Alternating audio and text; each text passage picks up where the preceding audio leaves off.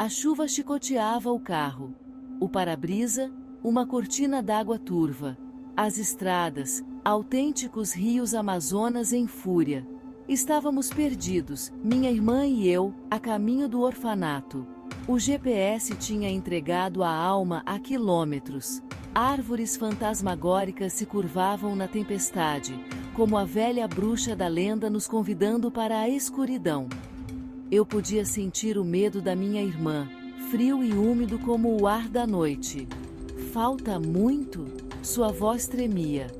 Já estamos quase lá. Menti. Eu era a irmã mais velha. Tinha que ser forte. Mas aquele orfanato, com suas janelas escuras e telhados pontiagudos como dentes de lobo, me enchia de um terror primitivo. Seguimos em frente, a estrada se estreitando, nos engolindo na barriga da tempestade. A chuva parou tão de repente quanto começou, como num passe de mágica. Um silêncio denso e úmido se abateu sobre nós. O orfanato se erguia à nossa frente, uma sombra sinistra contra o céu carregado.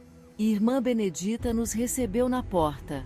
Seus olhos, atrás dos óculos grossos, eram de uma calma inquietante. A chuva atrasou vocês, disse ela, sua voz suave e rouca. Minha irmã, agarrada à minha mão como um carrapato, mal conseguia falar. Eu a apresentei.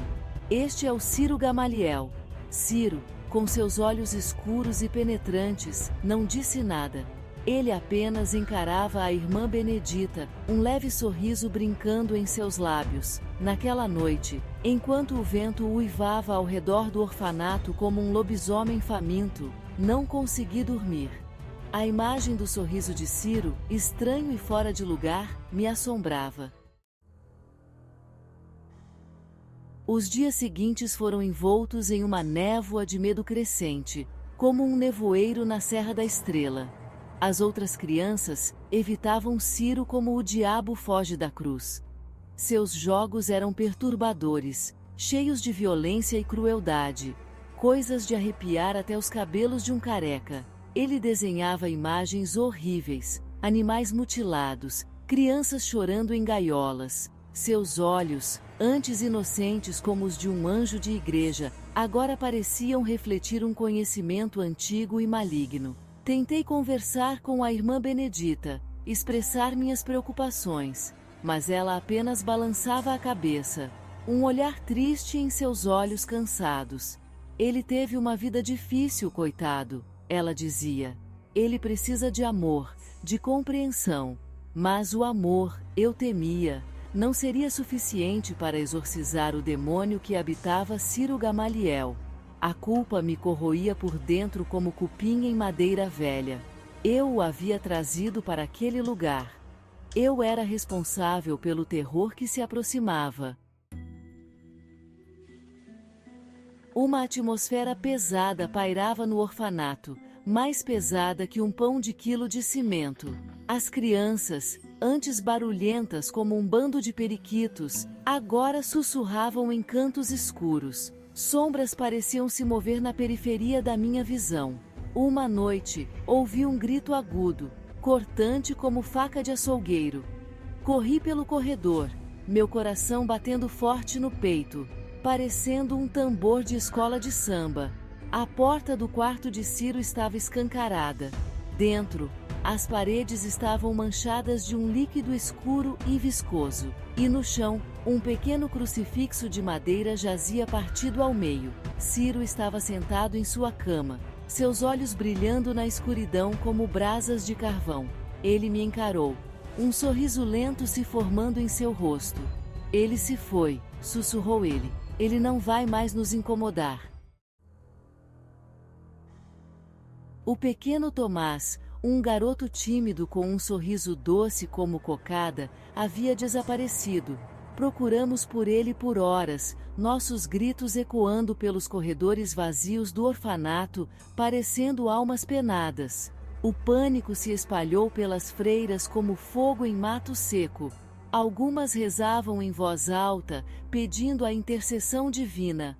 Outras choravam incontrolavelmente, parecendo Maria chorando por Jesus. A irmã Benedita, seu rosto pálido e tenso, tentava manter a calma. Ele deve ter fugido, disse ela. Mas suas palavras soavam vazias, mesmo para seus próprios ouvidos. Eu sabia a verdade. Todos nós sabíamos. Tomás não havia fugido, ele havia sido levado. E o sorriso de Ciro Gamaliel, frio e cruel como o vento que sopra da Serra da Estrela, confirmava nossos piores medos. Padre Frederico chegou na manhã seguinte. Um homem alto e imponente, com olhos penetrantes e um crucifixo de prata na mão, parecendo São Jorge em pessoa. Ele ouviu nossa história com uma expressão grave. Isso parece além de uma simples travessura infantil, disse ele, sua voz profunda e ressonante. Temo que forças mais obscuras estejam em jogo aqui. Coisas do outro mundo. Ele passou horas com Ciro, tentando exorcizar o que quer que o possuísse, como se estivesse lidando com o próprio diabo, mas sem sucesso. Ciro ria e zombava, seus olhos brilhando com uma luz infernal. A situação se deteriorava rapidamente, como um castelo de cartas ao vento. As crianças estavam histéricas, atormentadas por pesadelos e visões horríveis. O orfanato, antes um santuário, havia se tornado uma autêntica casa da mãe Joana assombrada.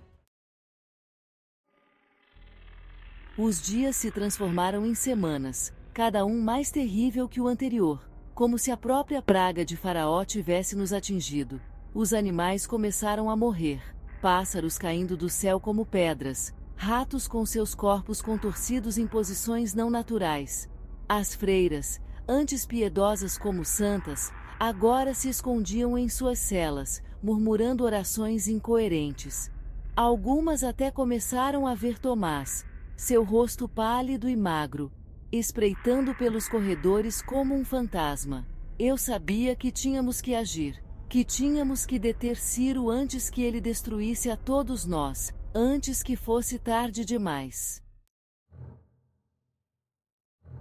Naquela noite, armada com um pedaço de madeira, entrei furtivamente no quarto de Ciro, silenciosa como uma gata. Ele estava dormindo, seu peito subindo e descendo ritmicamente. Mas quando me aproximei, seus olhos se abriram de repente, brilhando na escuridão como os olhos de um gato preto.